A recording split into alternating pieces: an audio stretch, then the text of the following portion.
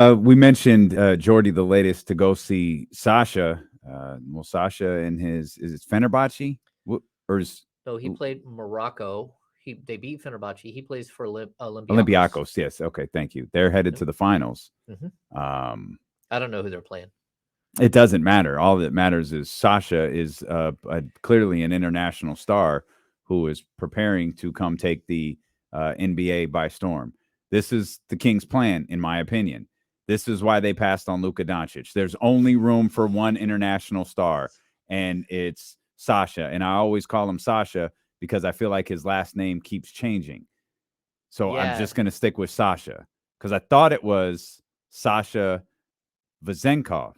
Vezenkov or Vezenkov. But and then you said that earlier. I was wait, is it Vezenkov? Okay, forget it. He's Sasha. Yeah, I think you might as well just put a like European soccer. Just put his first name on the back of the jersey. Sasha Fierce. That's Yes, just what just I'll call him. Sasha V. I am Sasha Fierce. Yeah, That is Sasha. But Jordy's the latest to go over there. He's playing in the European finale, and Kings fans got something to rock with. Like they're locked in and watching this brother play. He's 27. I won't call him a young dude, but he's 27 years old and over yeah. there hooping.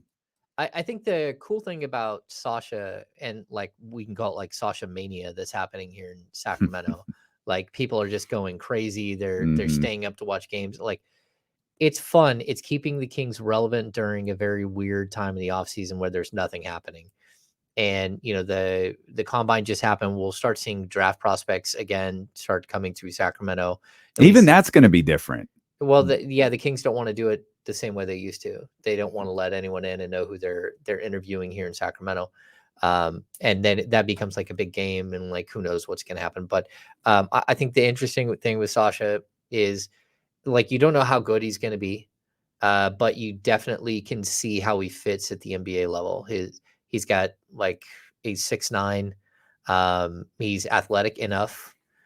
He's very physical. He's got an incredible 3-point shot. He's got like really, really good range, not just from the corner, but from like the top of the key and extended. He's probably good from 28, 29 feet. He's a marksman, and he's got a really quick release. And I think the NBA game will actually play to his strengths. Like the spacing of the NBA game on the offensive end will really help him, especially the way that Sabonis draws so much attention in the paint, that Fox draws so much attention.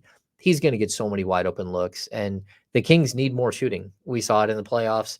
They need another, one or two shooters. You'd hope that you'd find a couple of shooters that also play defense, your typical 3-and-D, long, lanky, athletic wings.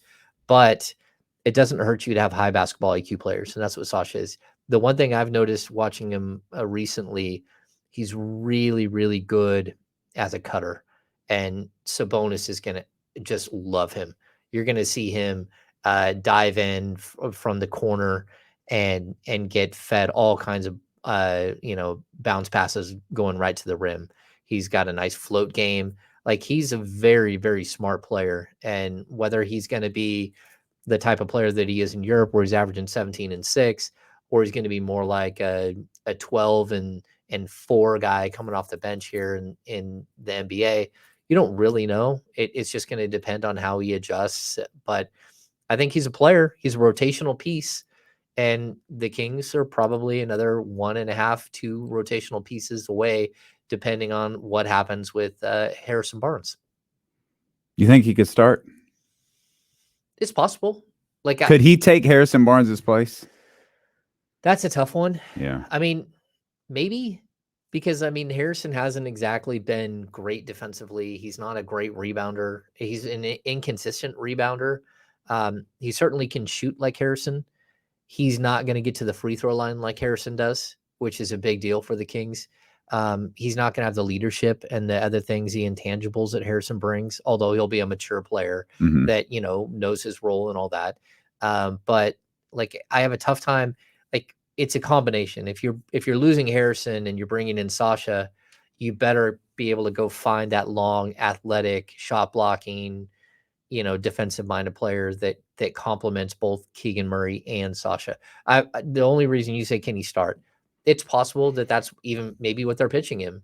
I don't know whether they're pitching him that or not, but I have a tough time with the athleticism of a starting five with Fox, Herter, Keegan Murray, Sasha, and Domas. Thomas. That to me, like, it's a really, really smart and good shooting starting lineup, but it's not super athletic. Outside of one superstar athlete, the rest of the group isn't, super athletic. You might be able to get away with it, but I don't know. I don't know if you want to get away with stuff in the starting lineup. Like, I think you could get away with things in rotational patterns throughout an 82 game season. I don't know if you want to go into game one with a starting lineup going, I think we could get away with this. I don't feel like that's the best approach. But on the offensive end, you're going to be incredible. And so that's the other side to this conversation is you've referenced Monty's, talking about 50 wins and like we're for a really good team. If we're a 3 seed in this league, if we're a 3 seed, we're a 4 seed. That's what we are. We've got to be a 50+ win team. Yeah. And he used the line that I referenced, the maintain and improve line. He said that night, or he said that day, we have to maintain what we did offensively, but we have to improve defensively.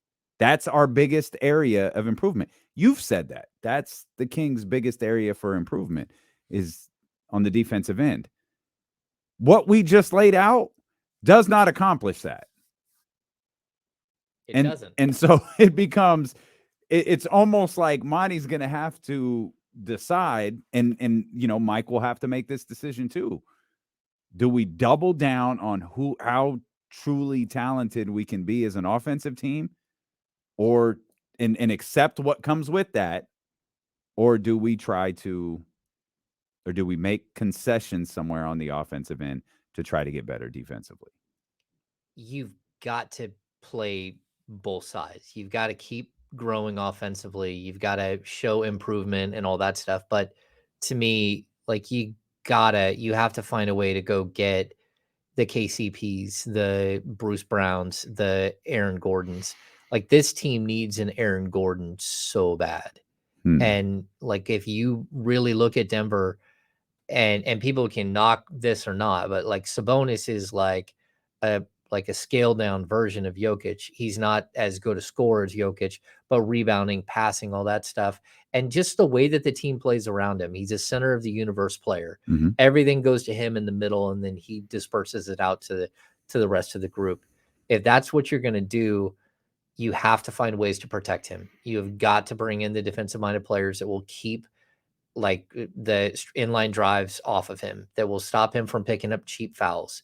And that's what you've got to do. And the other thing we found out in the playoffs, this team was a really good defensive rebounding team all season long. They have to have better rebounding.